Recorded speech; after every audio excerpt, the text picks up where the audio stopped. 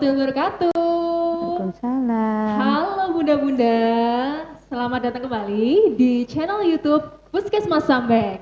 Nah, program kali ini adalah program baru, yaitu AADB. Ada apa dengan Bumil? Bumil cerdas, bayi lahir sehat. Sebelum kita masuk ke video kali ini, bunda jangan lupa untuk subscribe channel YouTube Puskesmas Sambeng dan turn on notification. Jangan lupa untuk like dan share video ini.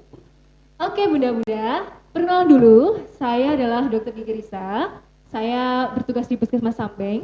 Dan untuk di video kali ini, saya sebagai host dan tentunya saya tidak sendiri karena saya ditemani oleh seorang narasumber hits di Puskesmas Sambeng. Beliau ini adalah dokter umum di Puskesmas Sambeng.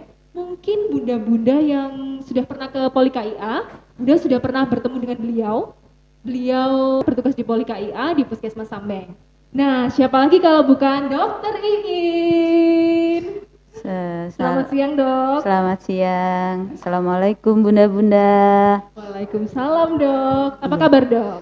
Alhamdulillah baik. Alhamdulillah. Sebelumnya terima kasih nih, Dok, sudah meluangkan waktunya untuk podcast kali ini. Karena saya tahu sekali kalau Dokter Iin ini jadwalnya padat sekali. Ya, selain di Puskesmas Sambeng juga mewakili Kepala Puskesmas juga. Nah, Dok, untuk video kali ini kami memang sengaja untuk mengusung judul anemia ibu hamil, Dok. Anemia ya? Saya kira iya. AADC tadi. Enggak, Dok. Tadi judulnya itu AADB, ada apa dengan Bumil. Jadi semua kita ulas tentang Bumil. Oke. Dan ini merupakan episode pertama, Dok. Jadi nanti rencananya ada episode selanjutnya dengan judul-judul yang lebih menarik lagi. Itu, Dok. Nanti narasumbernya juga beda-beda nih. Selain Dokter Iin ada dokter lain lagi dan ada beberapa bidan serta ahli gizi. Jadi Bunda stay tune terus ya di channel YouTube Puskesmas Sambeng. Nah, memang untuk video kali ini judulnya anemia pada ibu hamil, Dok. Karena memang di kenyataan pada lapangan, dokter juga sering menceritakan bahwa banyak sekali ibu-ibu hamil yang mengalami kondisi anemia. Benar. Gitu ya, Dok. Iya. Nah, ngomongin soal anemia nih, Dok. Mungkin di luar sana banyak ibu-ibu hamil yang kurang paham, kurang mengetahui tentang apa sih anemia itu. Barangkali dokter bisa menjelaskan sebenarnya apa sih, Dok, kondisi anemia itu? Oke. Ya. Anemia pada ibu hamil. Jadi anemia itu apa sih anemia? Definisi anemia. Anemia itu adalah suatu kondisi di mana kadar hemoglobin dalam darah, terutama bunda-bunda ibu hamil, kadar Hb-nya kurang dari 11 gram per desiliter. Gitu. Iya. Tapi di sini ibu hamil dengan anemia kalau masih Hb-nya masih turun sedikit, masih di atas 10 sampai ke 11, kita masih mengatakan anemia fisiologis sebenarnya. Oh gitu. Ya. Tetap namanya juga anemia tapi masih fisiologis. Nah, kenapa terjadi anemia pada ibu hamil? Ibu hamil memang rentan terjadi anemia karena tubuh dari ibu hamil sendiri tidak mampu memenuhi kebutuhan zat besi dan asam folat yang kebutuhannya lebih besar dibanding waktu tidak hamil. Gitu. Ya. Di situ zat besi, asam folat dan mungkin kalsium juga dibutuhkan untuk pembentukan sel-sel jaringan baru, yaitu pembentukan janin. Pertumbuhannya kan sangat pesat. Jadi dia ngambilnya kan dari ibunya. Ya. Jadi kebutuhan ibunya lebih besar, akhirnya tubuh tidak bisa mencukupi nutrisi tadi, akhirnya terjadilah anemia.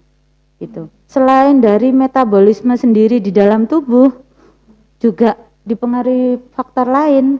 Karena ibu hamil biasanya ada di awal-awal trimester pertama terjadi yang dinamakan morning sickness. Jadi mual. Mual. Nah, akhirnya nafsu makannya pun turun. Iya, selain mual, nafsu makan turun, akhirnya nutrisi yang masuk juga akhirnya kurang. Nah, itu juga memperberat atau menyebabkan terjadinya anemia tersebut itu. Iya. Tapi dorongan tadi harus dilawan. Jadi biar nutrisinya tetap tercukupi. Iya, gitu ya. Kalau untuk gejalanya nih, Gejalanya. Dok. Oh iya, kalau gejala seperti gejala anemia pada umumnya, mungkin kalau orang bunda-bunda di luar sana taunya gejala anemia apa?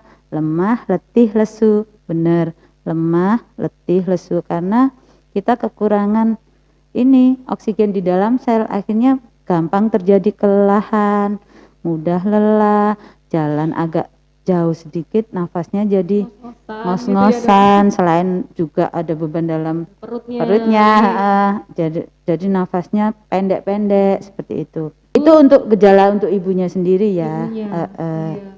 Yang disebut sama 5L itu ya, Dok ya? Ya. Ada lemah, letih, lesu, lapar, lunglai itu. Ya. Bener nggak, Dok, itu? Dulu Iya. seingat saya waktu masih zaman-zaman SMP, SMA itu ada 5L gitu Iya, gejalanya iya, itu. iya. Gitu. Ya, Oh, gambaran umumnya seperti itu. seperti itu. Iya, Dok.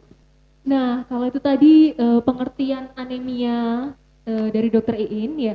Kalau untuk siapanya nih, Dok, kira-kira siapa saja yang rentan atau yang cenderung bisa mengalami anemia itu, Dok? Oke.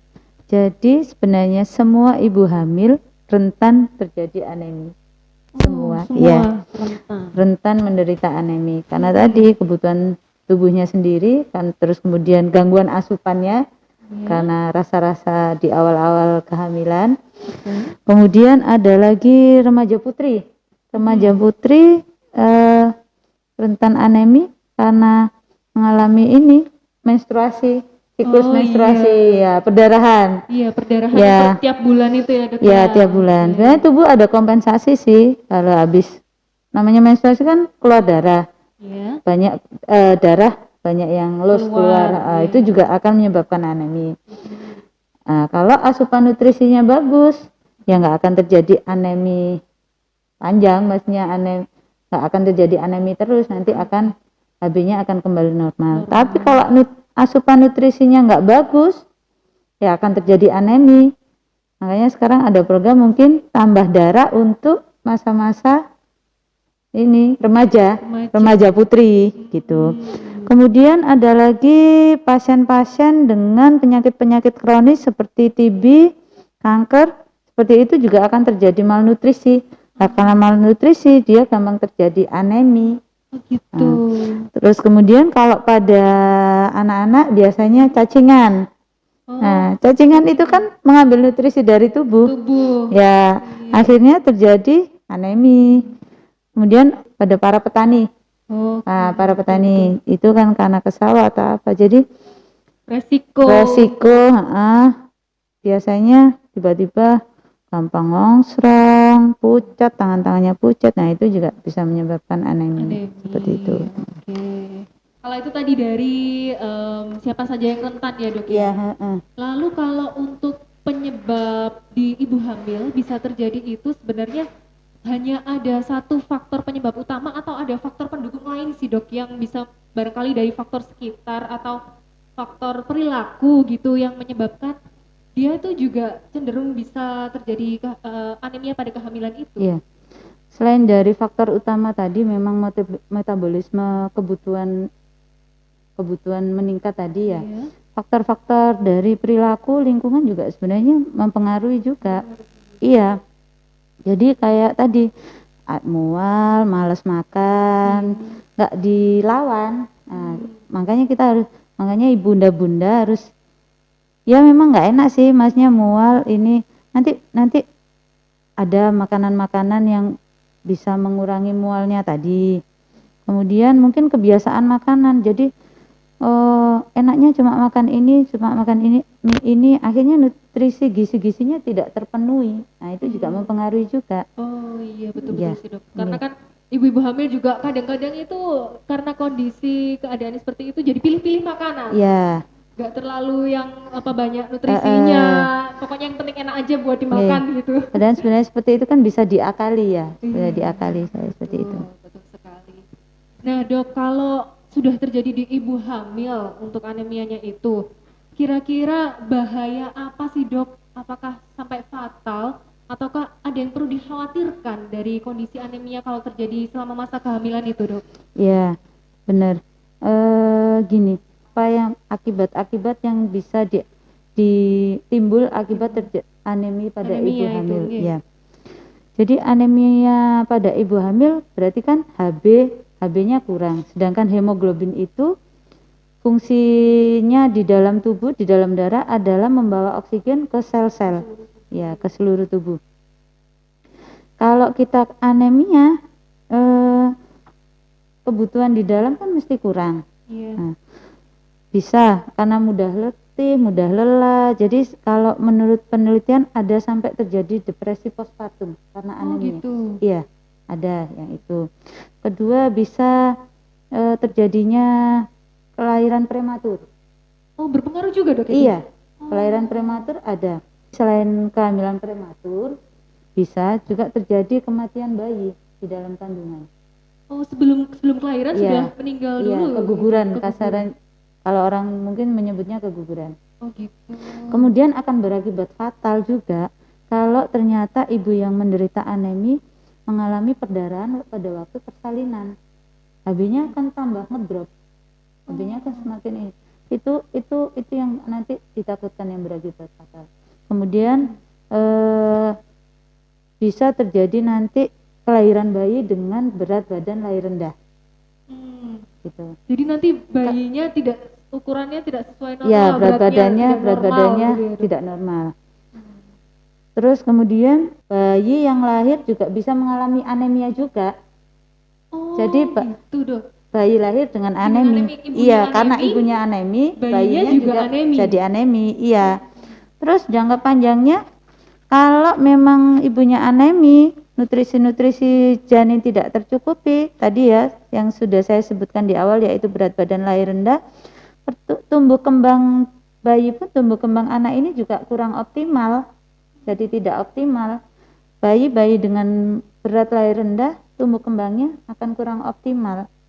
Nah, diharapkan dengan ibu yang tidak anemi, jadi kebutuhan zat besi tercukupi, asam folat tercukupi, tumbuh kembang bayinya bagus, perkembangan janinnya juga bagus, nantinya pun tumbuh kembang, jadi bayinya akan lebih cerdas, tumbuh kembangnya bagus, daya tangkapnya bagus, seperti itu.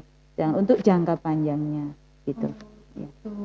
Wah, ternyata bahayanya juga lumayan menakutkan ya, dok ya. Iya. Kalau sudah terjadi anemi ini. Iya.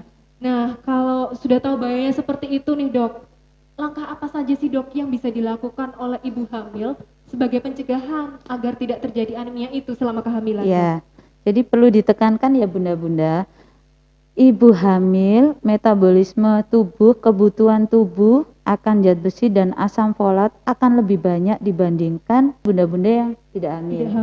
Nah, untuk itu tubuh itu ibaratnya itu seperti pabrik. Pabrik yang membentuk hemoglobin HB tadi. Nah, HB tadi bisa didapat selain dari tubuh, tapi sebagian besar didapatkan dari asupan nutrisi. Jadi dari asupan dari luar. Jadi asupannya harus dipenuhi. Pabriknya juga kerjanya juga harus bagus. Jadi pola aktivitas untuk ibu hamil dijaga juga. Jadi istirahat, tidur cukup. Kalau kita tidurnya kurang, terus kondisi badan nggak dijaga, pabriknya kan juga jadi nggak bagus. Iya, nanti walaupun pabriknya. Kadang ini asupan nutrisinya sudah bagus, tapi pabriknya nggak bagus, akhirnya juga nggak bisa optimal juga. Iya. Produksi hemoglobin itu ya. Iya. Nah, kalau untuk asupan dari luar mungkin bisa dari makanan-makanan yang intinya yang harus mengandung banyak zat besi, vitamin, seperti itu. Vitamin. Kemudian untuk obat boleh ada obat tambah darah. Dibolehkan selama kehamilan itu ya, dok ya? Justru malah dianjurkan. Dianjurkan. Iya, karena kan ibu hamil kan cenderung mengalami anemia. Iya. Gitu. Terus untuk makanan-makanan nanti makanan-makanan apa sih yang dianjurkan pada ibu hamil? Jadi bisa didapatkan dari protein, bisa protein hewani atau dari protein nabati. Ya, tapi protein hewani lebih mudah diserap. Lebih. Jadi pembentukan HB lebih bagus dari protein hewani sebenarnya, seperti daging merah, ayam, ikan, telur. Nah, iya. Hati sapi. Nah, Wah, itu justru iya, dibutuhkan iya, ya? dibutuhkan hati sapi. Kemudian untuk sayur-sayur terutama cari yang daun hijau. Yang warna hijau, Warna bayam, hijau, ya. bayam, Bayam, kangkung gitu ya, Dok ya? kali, brokoli. Brokoli. Brokoli seperti itu. Terus untuk buah-buah yang bagus, jadi contohnya seperti buah-buah itu pisang. Jadi dia selain mengandung vitamin juga ada untuk ini mengatasi ada zat anti mual. Oh. Bukan dia tinggi kalium. Wah, gitu ya. Nah, itu bisa mengurangi morning sickness. Jadi kalau konsumsi itu waktu pagi hari itu Nggak juga apa-apa. bagus. Terus kemudian buah-buah bisa delima. Buah delima. Terus yang mengandung banyak vitamin C, karena vitamin C akan membantu penyerapan absorpsi dari zat besi. Nah, contohnya kayak jeruk, pepaya, boleh. Pepaya itu yang mengandung vitamin C vitamin C. Ya, stroberi. Nggak apa-apa. Tapi untuk ibu hamil saya sarankan juga hindari makanan-makanan yang merangsang asam lambung tinggi. Karena nanti tambah mual kan. Iya, betul. Jadi kayak hindari makanan-makanan yang terlalu pedas. Tinggi lemak juga merangsang mual. Oh gitu. Iya. Oh. Jadi hindari juga yang terlalu tinggi lemak ya bunda-bunda. Karena akan jeroan-jeroan gitu. Tapi kalau hati sapi tadi nggak apa-apa, memang dianjurkan. Terus selain itu ada kacang-kacangan. Nah, kacang-kacangan, segala jenis kacang-kacangan. Bisa kacang hijau.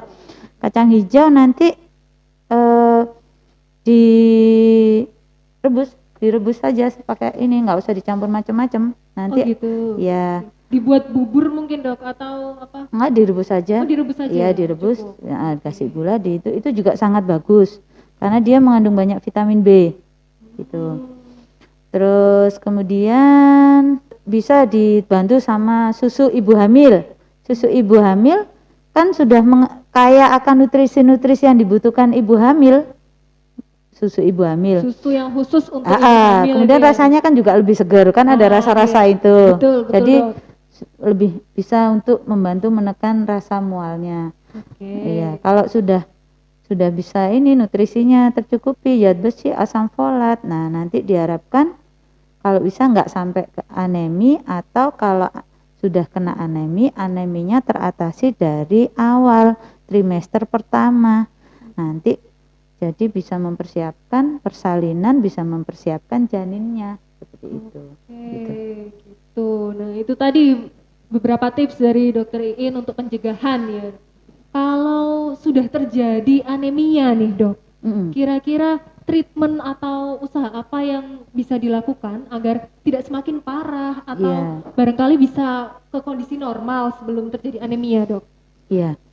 Kalau anemianya tadi diketahui sebelum trimester 3, mungkin ya itu tadi, nutrisinya diperbaiki, dilengkapi, makanan-makanan yang sudah saya sebutkan tadi, dan harus minum obat tambah darah. Ya, obat tambah darah tadi rutin, harus minum obat secara rutin gitu. Tiap hari itu, Dok? Iya, maamnya juga harus dipertimbangkan, makannya apa saja tadi. Terus hindari makanan-makanan yang menghambat ini, seperti minuman-minuman seperti teh sama kopi. Teh terutama juga itu ada zat-zat yang menghambat penyerapan vitamin-vitamin. Nah, itu juga dihindari. Karena kalau terlalu banyak minum teh juga, vitamin-vitamin juga nggak akan bisa diabsorpsi oleh tubuh dengan baik. Oh gitu. Iya. Jadi harus dibatasi nih, Dok, untuk konsumsi teh gitu, kopi seperti itu. Iya. Rutin kontrol juga. Nanti jadi kita bisa lihat HB-nya secara berkala seperti itu. Iya. Itu tentunya juga nanti harus dikonsultasikan ya, Dok, ya, dengan dokter yang obgyn atau dokter umum yang biasanya dikontroli Nanti gitu ya dok. ya nanti mungkin di podcast selanjutnya bisa didatangkan ahli gizi. Oh ya, Iya. siap dok. Nanti Jadi kita calling ke iya, ahli gizi. nanti lebih ini Lebih lengkap lebih ya, lengkap. lebih Iya. detail lagi nanti kita bahas dengan ahli gizi Iya. ya. Oke, jadi itu tadi seputar tentang anemia ibu hamil. Terakhir nih dok, Iya. pesan apa barangkali bisa disampaikan kepada ibu hamil untuk selama kondisi kehamilannya itu, dan juga tentunya selama kehamilan di masa pandemi ini kan juga sulit ya dok Iya, ya, iya, benar. baik lahir maupun batin. Silakan dok, barangkali ada pesan khusus untuk ibu hamil. Jadi bunda-bunda ibu hamil, jaga kesehatan, jaga kondisi tubuh, jaga imun. Nah, daya tahan tubuh harus dijaga kalau di masa pandemi seperti ini. Iya, betul Ya. tuh dok. Terus kemudian nutrisi-nutrisi dari awal kehamilan harus diperhatikan, karena kebutuhan ibu hamil tentunya lebih banyak daripada waktu belum hamil. Ya, sebelum hamil. Jadi makanan, terus apa saja harus diperhatikan benar-benar seperti itu. Harus dicukupi nutrisi-nutrisi yang dibutuhkan oleh ibu hamil dan janinnya. Seperti harus cukup zat besi, asam folat, kalsium, dan vitamin-vitamin lain. Bisa didapatkan dari makanan, terus kemudian obat-obatan, gaya hidup, tadi istirahat cukup, seperti itu.